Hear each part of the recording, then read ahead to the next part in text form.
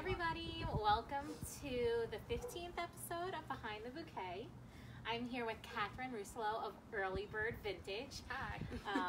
If you haven't heard of her company, you're first missing out, and second, it is an antique, vintage-inspired rental company.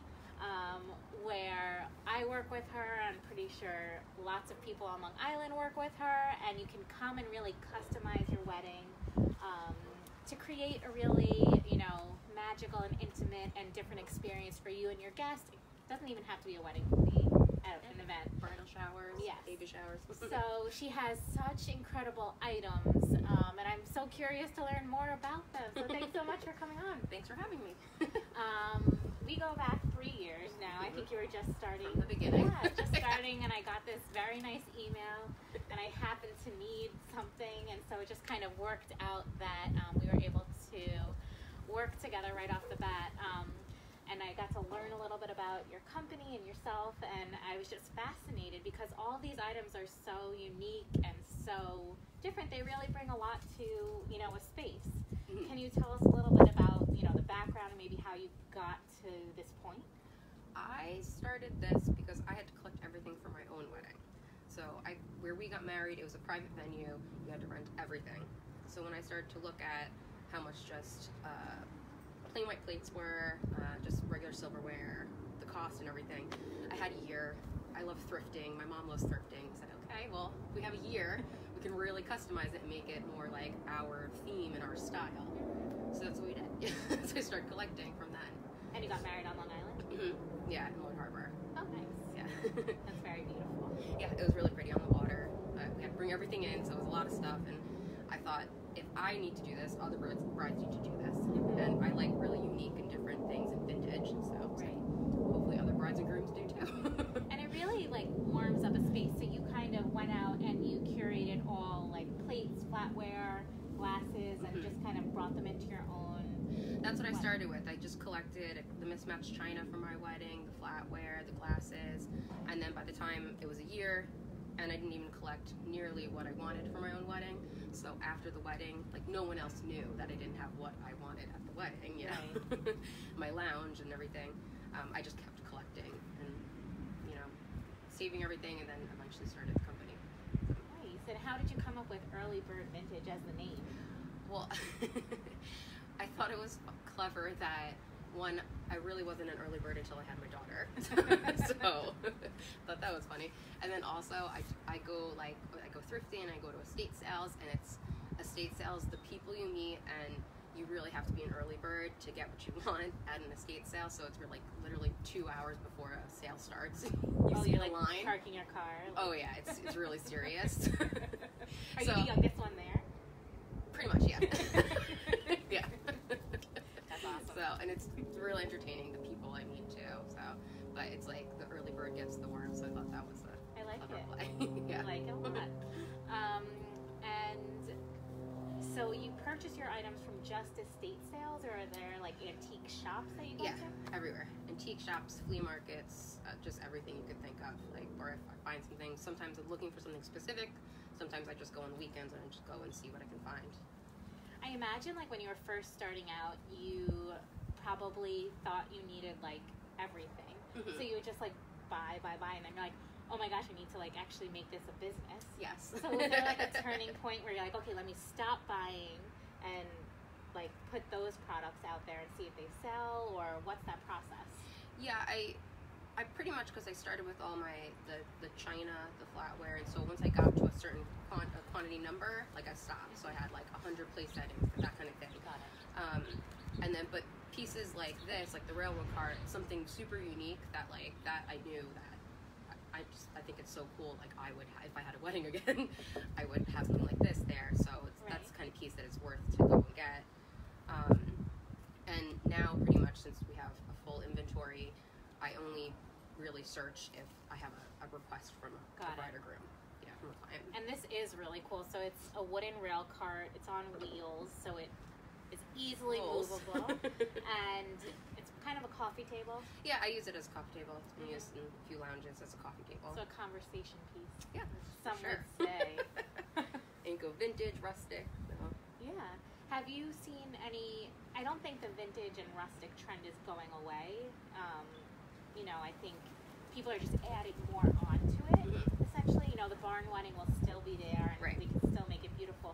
But are you seeing any new trends, like with these old items? Yeah, well, I've just seen the lounges. I feel like the lounges haven't really been, like the vintage lounges haven't been a thing on Long Island. And Long Island is full of barns and vineyards and open space that, everyone's getting married at.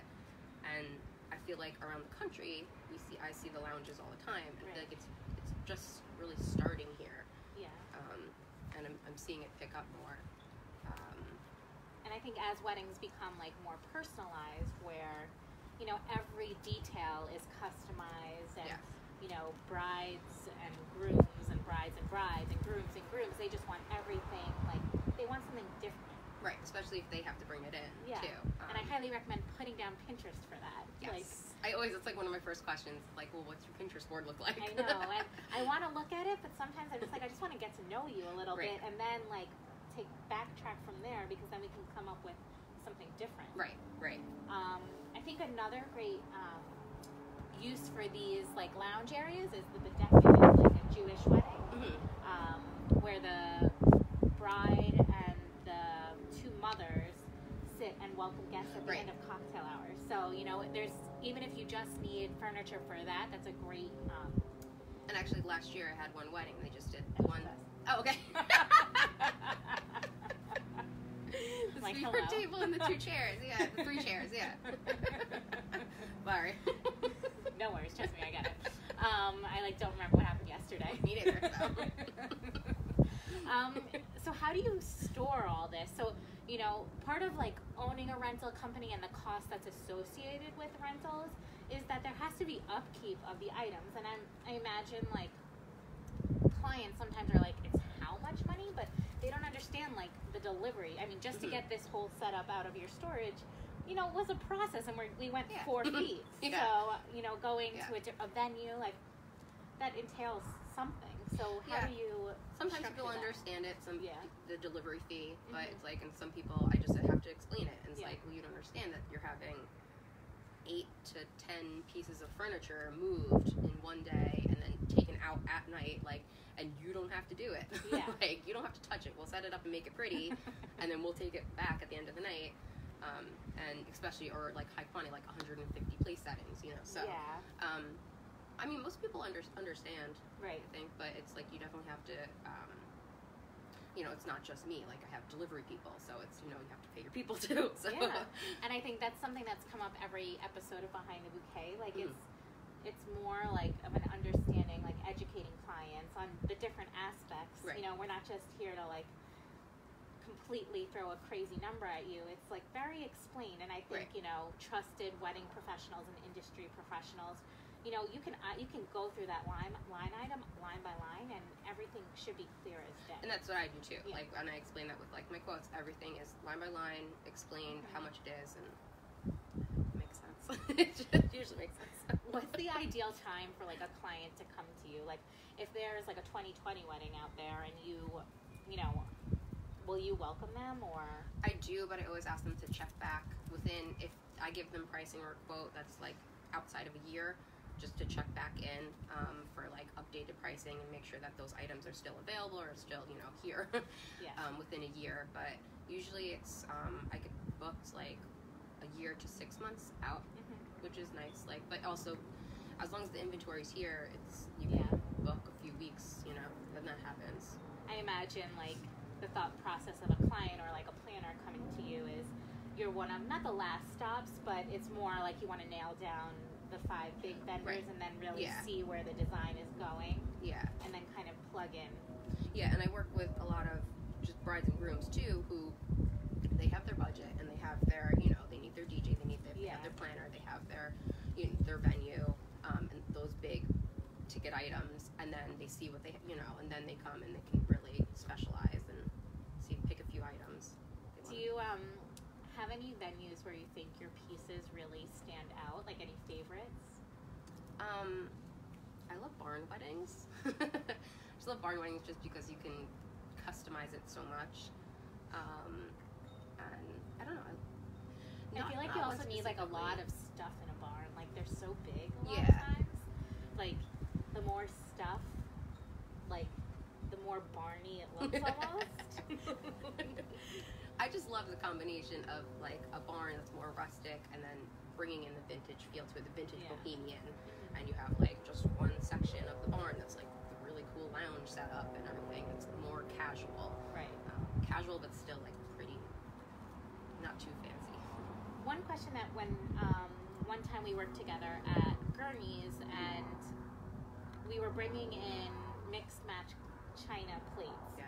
So you would just have to make sure with your venue that if you want the place setting there when guests come in, that they're not going to remove it prior to like set salads on it. So it's kind of for like the wow factor, and you know, you really have to make sure and check in with your maitre d' and you know, your salesperson at the venue to ensure that that plate will be down as guests come in, and then the waiters can pull it to set the salads.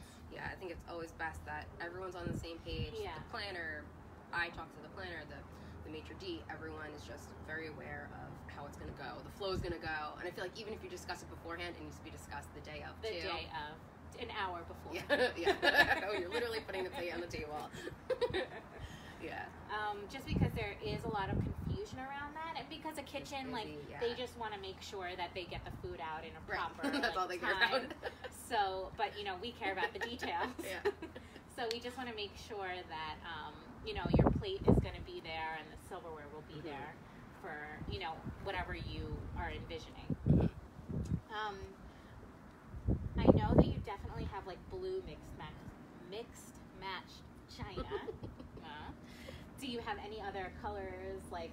So the three collections are the floral mismatched, the blue and white mismatched, and then I have like white textured. So it's all just white and cream, but they're all different like textured patterns, all real vintage. Those are the three collections. Yeah. Do you go into the city? Sometimes. For delivery or to buy stuff or for like, delivery? For delivery. I do. It depends on where it is. Got it. I'm not a huge fan, but I know it takes a while. We are a little far out in the island today.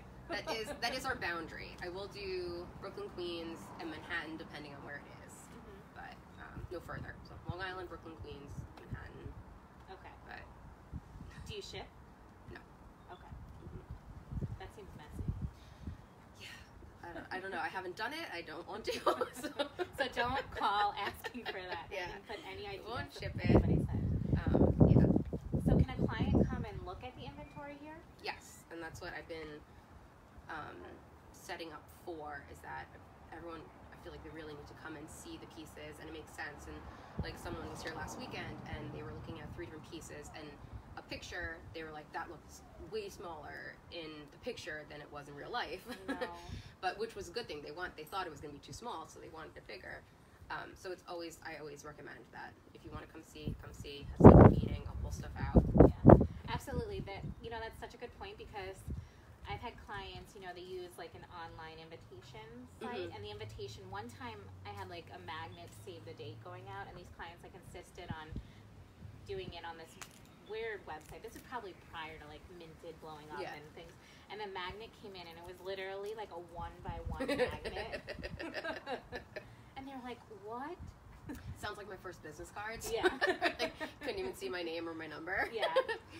So it's, that's part of the reason of using, Wedding Pros. They have the items, like a stationer is so important because they like, vet the invitation and, so that really resonates with me. Yeah, I think it's important because you really need to see everything in person. When you say that, like, the only time now that you would probably go shopping or, like, scavenger hunting. It's such a lie. I still do, but. What do you mean? Like, a client's coming to you and they're like, I need, rose-colored glassware or something. Right, and so I only have a certain quantity. Okay. But if they're going to book, and it depends on the time frame, so if I know that I can collect that much for them, I will collect it. So say I only have 100 in that color scheme, and they need 125 to 150, and I have 6 months to 8 months to collect it, absolutely, I'll collect it for you. That must be so much fun. I love it. So where do you find, like, the listings for estate sales? Are they still in the newspaper, or? Probably. Everything's online now.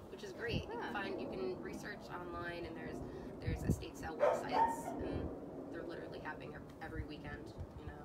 So. Man, I'm like intrigued about this line of cars like waiting at the estate sale. It's like, hilarious. Elbowing. Yeah, no, and people make sure, what number are you? Like, yeah. Ooh. Make sure people do cut too. They do cut. Mm-hmm. Have you ever cut? I've never cut. No. Reputable here. I've been cut in line. I didn't say anything. You did Nothing. See, my 30s are all about saying something. I've actually said something now about people cutting in line.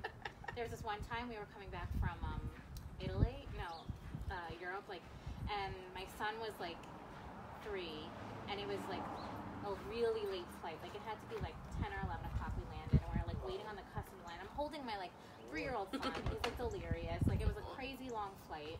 And this woman just oh my gosh, this is the line? And she just walked and stood in front of me. And I literally said something. I was are you kidding me now?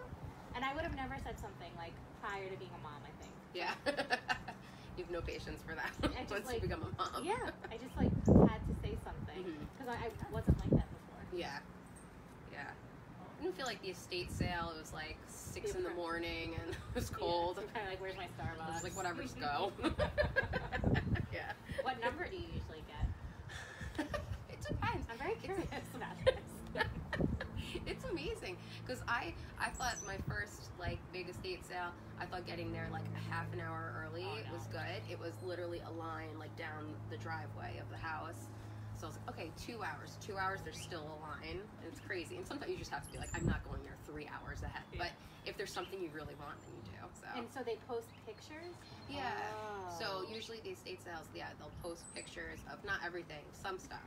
So if there's something specific I see, then I'm there 3 hours. And do you have specific neighborhoods that are better at estate sales, or you never know what someone has in their house? Yeah, you'd be surprised. So Okay. I found one house that was in East Meadow, and it was a woman that she was a collector of just all vintage glassware, colored glassware, depression glass, and her house was just filled with all of this. How do you pack that up at in a state? You bring bins? Boxes, yeah, they have boxes and everything. Yeah, it was pretty incredible what was in the house, and you would never expect it. Just this little house in East Meadow, and her entire 3 floors per house, her basement, her first floor, and upstairs, just filled. That's crazy. All this depression That's glass, probably beautiful your depression dream. glass. Yeah, it was amazing. So, kind of rounding this out, my one question is, how do you clean all the glassware? So, that's very delicate. It has to be hand washed. That must take hours. Well, goblets are pretty sturdy too. So depending on what it is, they can go in the dishwasher. But the china, and any china that has gold rims or anything has to be hand washed. Flatware hand. Yeah, so it takes time, and sometimes I have to explain that you really have to reflect that in your pricing. And is that an extra fee, or is no? It's not. It's just reflected, and because it's if you have 150 place settings of gold flatware, and that can't go in the dishwasher. Right. So that takes time you prep it before, it has, even though it's clean, it gets cleaned again before it goes out, and then it gets cleaned afterwards. And do you set, I'm having a wedding, and I ordered 150 mixed match china place settings, 150 Norves, knives and forks. Like a spork. Yep, and a spoon in there somehow, and a glass. You physically go around to each table and set everything up? Depends. I do a setup styling charge. Okay. If someone wants me to literally put the place settings in place, usually if they're going to do 150 the mismatched floral place settings, I just pack it up and give it to them, and they can set it up themselves. If you want me to do it, I will do it. And I don't mind doing it too, because I'm just a perfectionist. I get it. I'm oh, those look better together. Yes. And so I'll take 2 more extra hours setting everything up where no one's going to notice. But I'm those are prettier. So, yeah, it depends. But I will do the setup and styling if needed. That seems like a no-brainer to add that charge on for me, because if you've ever set a table, you know how time-consuming it is. Yeah. It is. Wow. Especially, 150 place settings. Yeah.